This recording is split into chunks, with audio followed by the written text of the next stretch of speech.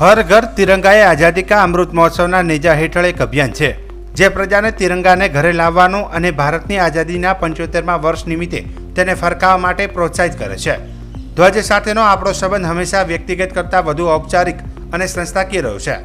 આઝાદીના 75મા વર્ષમાં એક રાષ્ટ્ર તરીકે સામૂહિક રીતે ધ્વજને ઘરે લાવવો એ માત્ર તિરંગા સાથેના અંગત જોડાણ જ નહીં પરંતુ રાષ્ટ્રીય નિર્માણ પ્રત્યેની આપણી પ્રતિબદ્ધતાનો મૂળ સ્વરૂપ બને છે।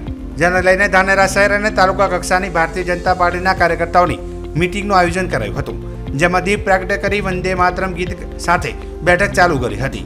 તારીખ 10 થી 11 ઓગસ્ટ મંડળ બેઠક, તારીખ 12 થી 14 પ્રતિમાની પુષ્પાંજલિ અર્પણ વિધિ કરાશે અને 13 થી 15 દરેક કેન્દ્રો પર ઘર ઘર તિરંગા લગાવવાની કામગીરી ચાલુ કરવા માટે કાર્યકર્તાઓને સોંપવામાં આવશે।